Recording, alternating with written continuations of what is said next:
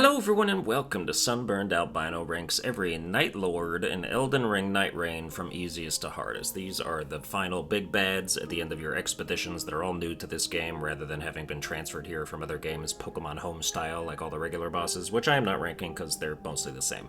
This game is of course designed around co-op, so we will be ganking all of the bosses to within an inch of their lives as justice for all the times the Soul series has thrown various forms of gank squads your way and told you to deal with it. Nightraign's balanced for that though, so it's not that triumphant, and you'll still get laid out as a fire team a few times, especially if you're a ragtag crew of randos. I played with friends in all this footage, so we had the benefit of communication, and none of these bosses took us more than 3 tries, even though some of them are still very annoying and dumb. Starting from easiest and working our way to hardest. Number easiest, Frost Dragon. The easiest boss in Elden Ring Nightreign is this ice dragon who does ice things but at infrequent intervals. Nightlords have multiple names for some reason. You go to start your quest and commence the Dark Drift Night Expedition, and then you get in the boss arena, you're fighting some dude named Fulgore. This dragon's name is Caligo, and at his expedition screen he's only known as the Fissure in the Fog. Like, just stick with that, we're not trying to get to know you. The Fissure in the Fog is weak to fire, which of course means that during your run to get to him, there will be precisely 0 fire camps providing approximately 0 fire weapons. They absolutely do it on purpose. 80% of the time I need an element for a Nightlord weakness, everything but that element is on the map.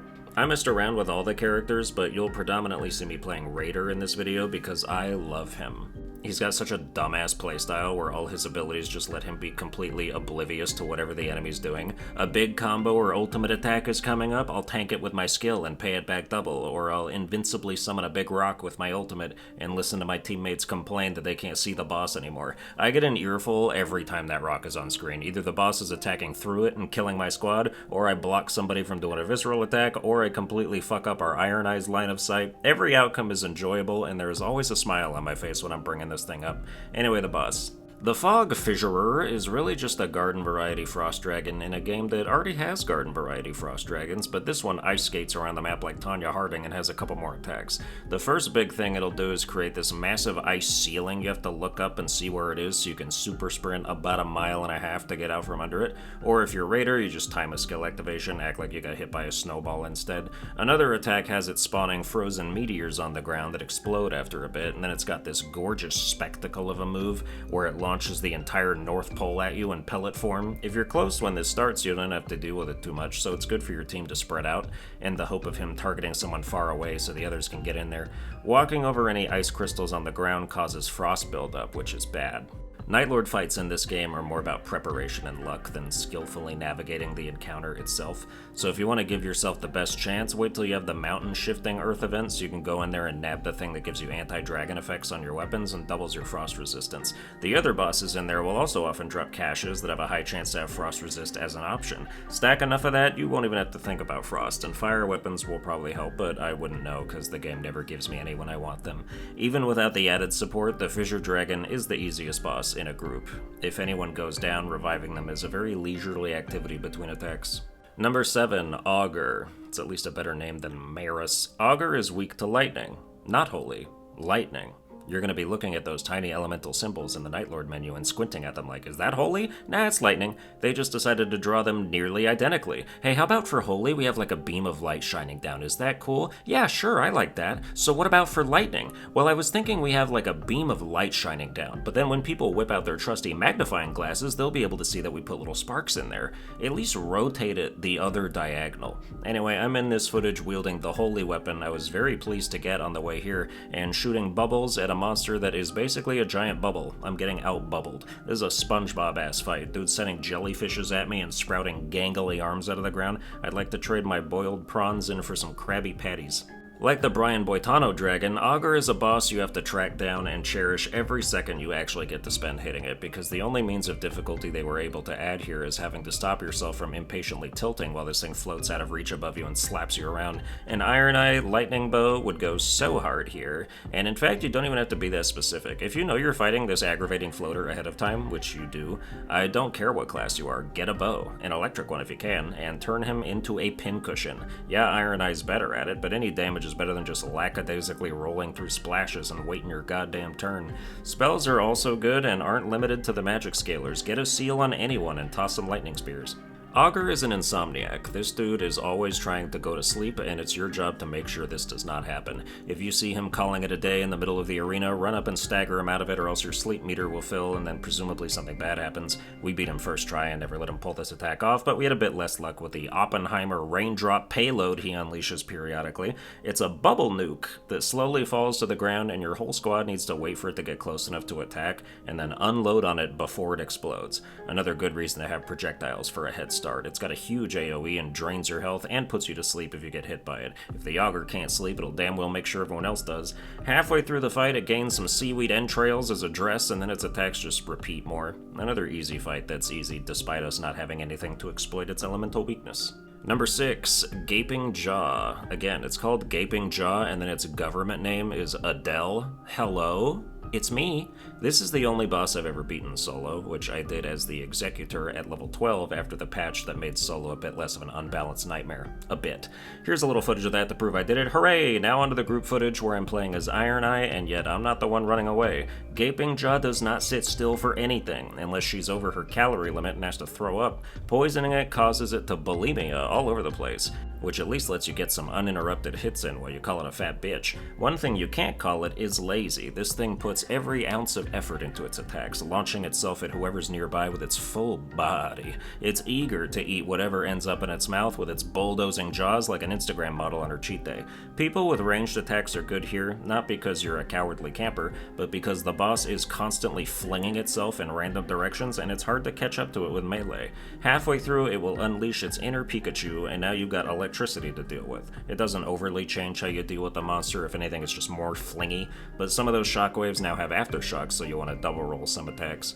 One thing you can do, if the game is refusing to give you the element you need, is try to get relics that have an effect that make your starting weapon do whatever element you require. Will you have that relic when you need it? Probably not. Is it RNG? Yeah, for the most part. I think if you kill the sentient pest Nightlord, you're guaranteed to get a relic that starts your weapon off with poison, but that boss is harder than this one, in my opinion, so it would be weird to do that to make this one easier. Speaking of sentient pests, Number 5, Sentient Pest, otherwise known as Gnoster, which is a very regal name for a bug that's also another bug. The difficulty of this fight depends on who's on your team. If you've got an Iron Eye to take aggro from the moth by shooting it nonstop in the head, then the melee people don't have to worry about constant poison fogs noiselessly descending on them and doing way too much contact damage while they deal with the lobster cricket thing. I've been in both roles, and it's very annoying to be fighting a stompy cicada only to suddenly take massive damage over time out of nowhere, and it's not even super clear from that angle where the fog actually is. You might back up into it, or the ground bug might be standing in it and obscuring it. It's unfortunate.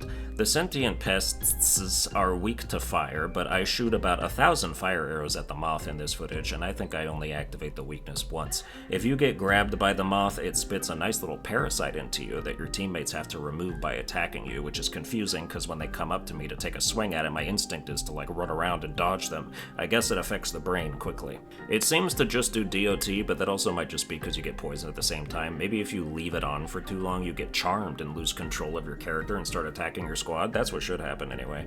I don't like this boss at all, for the obvious reasons of a creature that hangs out of reach and doesn't let you hit it, but the ground bug also commits the cardinal sin of having a damaging roar, which is among the most annoying attacks any enemy can have. It's so stupid, ow my ears, I'm dead. This roar in particular does massive damage for no reason. Is there a relic that gives my character AirPods so I can drown that shit out with the Expedition 33 soundtrack? The second phase has the moth mounting the cricket, dominating it both mentally and sexually, becoming its master as it fulfills its new role as steed. Then they just kind of dart around spewing shit everywhere. Bugs are so gross, man. They all just have bug essence that they spray all around them at any time. Every bug has some kind of fluid or powder where they're like, do you mind if I cover everything I touch with this? It's disgusting. Kill every bug with fire, especially these ones. Number 4, Tricephalos. This is one where the real name is fine. Gladius is more basic, but still cool. As if anyone calls it anything but Cerberus anyway. A 3-headed fire dog named anything but that is like denying destiny, or perverting it. Like naming your cat Fido and your dog Garfield. This is the first Nightlord you have to get past before you unlock the ability to challenge all the other ones, and as such, it's got some added difficulty in that you won't be as seasoned in your preparation the first few times you go up against it. You're probably not hitting level 15 with your meticulously planned routes yet. Not that you need to be 15 to beat any of these bosses, but it of course helps. I would consider any boss an uphill battle if you're not all at least 12 though. The difference between 12 and even 14 is very noticeable. The Cerberus is weak to Holy, which slows him down a bit and makes his attacks weaker. The weakness procs seem to be about damage rather than number of hits, so even with a big hulking butcher knife like I've got, the damage is good enough that it only takes a few hits to apply. Unlike regular Elden Ring, I think this is also the case now with status effects, because I'll be out here with a Scarlet Rot Great Axe on the Raider, and literally 1 or 2 hits will rot a weak enemy, which is how it should be with a weapon that slow. Cerberus has some short bite combos that are kind of stiff and sudden. You'll have to memorize roll timings because the telegraphs aren't that helpful. And then when it comes time to whip that chain back and forth, the position of the person he's targeting can affect the roll timing for everyone else, and I get clipped by it a lot. Not as annoying as being up the bell-bearing hunter's ass and getting clipped by the backswing of his elbow, though. Halfway through, the Cerberus will split into 3 Uniruses, who all move and attack independently. Your team will be like, alright, let's each pick one to attack, and then whoever says that will be immediately mogged by all 3 of them and targeted for the rest of the fight. They're even harder to pin down in this state, traveling the length of the arena for some full-body tackles, gaping jaw style, and now there's 2 more possible instances of their staccato fire blast that might singe you from any direction at any time. Eventually they'll go back to one thing, and then they'll split again down the road. I would call this a hard introductory boss, but it is still mostly just about the fact that your first few runs are going to see you in here at level 10 with no extra flash charges because you died a couple times remembering the big lions moveset and didn't know the churches were important or that some places should only be visited on day 2. Number 3, Dark Drift Knight. This boss is like if Radahn's horse to man ratio was a little more balanced. The Dark Drift Knight isn't a heavy comboer, but nearly every attack is either a ground pound or a shockwave, and swings that look like they should come out slower do not. No hesitation on this guy, he actually presses the fast forward button when he winds up an attack. Pepper in some holy AoEs that go off at seemingly random times, and you've got a boss that might lay you out if you don't know exactly what to expect. He's weak to lightning, and those extra staggers can be extremely helpful in stopping his divine nonsense. Dark Drift Knight only has 1 arm, much like Auron does in Kingdom Hearts 2, but halfway through the fight he grows this yucky slime tendril-looking arm, bringing the grand total of arms to 2, 3 if you count Auron. At this point, watch out for ground slams that will absolutely hit you even if you're behind him. I probably got hit with those moves 3 times without ever once thinking I needed to dodge. Eventually he'll do this screen-wide berserk charge attack that you need to roll to the side to avoid if he targets you, and then immediately super sprint out of the glowing floor radius because it's due to imminently explode, and it slows you down while you're in it to make it harder to escape. The first time I fought this dude, we got absolutely steamrolled, and then the next time, we absolutely steamrolled him. What a difference a couple levels and some experience can make. Number 2, Equilibrious Beast. This is the deal or no deal boss. Some deals are good, others are bad, all of them come with a caveat. I haven't tried them all, but the one I've taken multiple times is the power of a demon that spawns a big eyeball above your head that uses your FP to shoot madness lasers at the boss, which he is weak to. Madness has to be the element that shows up the absolute least for me, and I've only ever seen it in spells, not physical weapons, so I don't know if those even exist. The downside of that deal is that you will periodically gain about 1/3 of your madness bar, which can compound with all the madness buildup the beast does and trigger at an inopportune moment, but the boss is also always dropping madness shards you can run over to cleanse yourself. You can also choose not to take a deal if you don't want to, which is totally fine, because who wants to bargain with Satan's nephew? People talk about how the Nightlord bosses are like MMO raid bosses, the way some of their attacks require coordination to dodge or prevent, but this is really the only boss in the game besides the Augur that I think actually does that. When he's not absolutely blasting the playspace with ungodly beams of light, he'll occasionally enter this meditative trance where he's invincible, and holy sigils will start appearing around him that all need to be destroyed or else it powers him up and he goes on a righteous animalistic crusade. The first time it happens, it's easy. There's not many sigils, and destroying them all breaks his shield and staggers him. The rest of the times, though, more sigils and in harder to reach places. You either need someone or someones with a bow or ranged spells, or a few throwing knives in your inventory just for those high ones, and even then you get virtually no time to do it.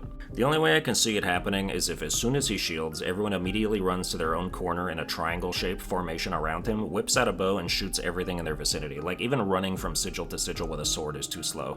It's not the worst thing in the world if he does get powered up, it's just a new attack string for you to learn to dodge, but if you dodge it poorly, you will die. I would call this the most chaotic and tense Nightlord fight in the game, with all the stuff that's always going on, but the hardest goes to...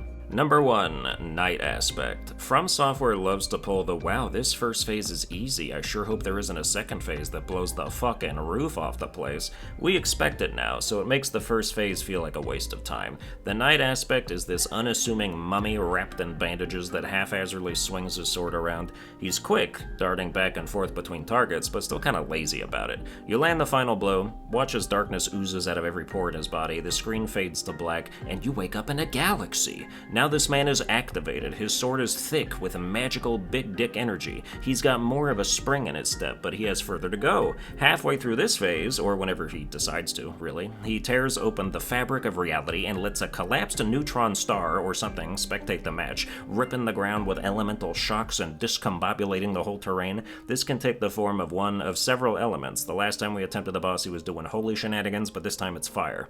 His sword combos by themselves still aren't too bad, even though each hit does hella damage, even at level 15, but now there's constant rippling geysers going through the earth in tandem with his attacks, and if he hits you into one, it's a stun lock that might just kill you outright. I was having trouble getting my Raider skill to do damage since he'd be gone by the time the attack went off, even if he was attacking me to begin with, but it still came in clutch during the Night Aspect's ultimate floor explosion attack, which you can also roll through with good timing unless your name is Pyroclast.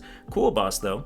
And that's gonna do it for this Nightlord ranking. I hope you enjoyed it. If you did, you can like, share, and subscribe. I've made 55 other boss rankings across my career if you want to check any of those out, plus 10 years of other random stuff. Watch all my other videos while annoying your teammates with Raider's ult, and I'll see you guys next time.